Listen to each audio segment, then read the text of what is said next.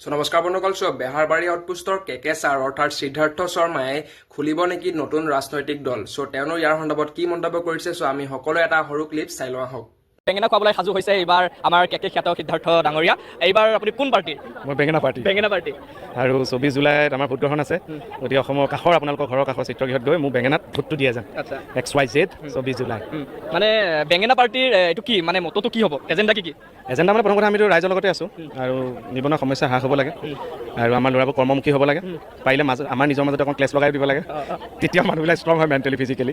আৰু ধেমালিকে কৈছোঁ, কিন্তু কিছুমান যে সঁচা ঘটনা আমাৰ জীৱনটোত আমি দেখি থাকোঁ, আমাৰতো বহুতে ভাল কাম কৰে, তাৰ মাজত কিছুৱে আকৌতো বেয়া কামো কৰি দিয়ে ৰাইজৰ নামত। গতিকে এনেধৰণৰ কিছুমান কাল্পনিক যদিও কথাবিলাক ক'ৰবাত হ'লেও কল্পনাওতো সঁচাৰ পৰাই আৰম্ভ হয়। ক'ৰবাত নিজৰ গাঁওখন নিজৰ পৰিয়ালটোক চিনেমাখনত দেখিব, যিহেতু ইলেকশ্যন গৈছে প্ৰত্যেকে আমি দেখিছোঁ জীয়া ছবি এখন। গতিকে XYZ তেনেধৰণৰ বহুত কাহিনী দেখিব আৰু ফুল এণ্টাৰটেইনমেণ্ট আপোনালোকে ভাল পাব, কিবা এটা চিন্তাও লৈ যাব যাওঁতে। আপোনালোকৰ পাৰ্টিত যোগদানৰ কিবা ক্ৰাইটেৰিয়া আছে নেকি? এতিয়া সদ্যহতে বন্ধ কৰি ৰাখিছোঁ আৰু অলপ দিন যোৱাৰ পিছত আমি খুলি দিম, যাতে যিমান আমি পাৰোঁ সদস্য আমি ল'ব লাগিব, যাতে পাৰ্টিটো আৰু ষ্ট্ৰং হয়, মানে অসমত ভালকৈ আমি যাতে চৰকাৰ গঠন কৰিব পাৰোঁ। জেনজি প্ৰাধান্য দিব? প্ৰাধান্য দিব লাগিব, চাই চিতি লৈ দিব লাগিব খালি।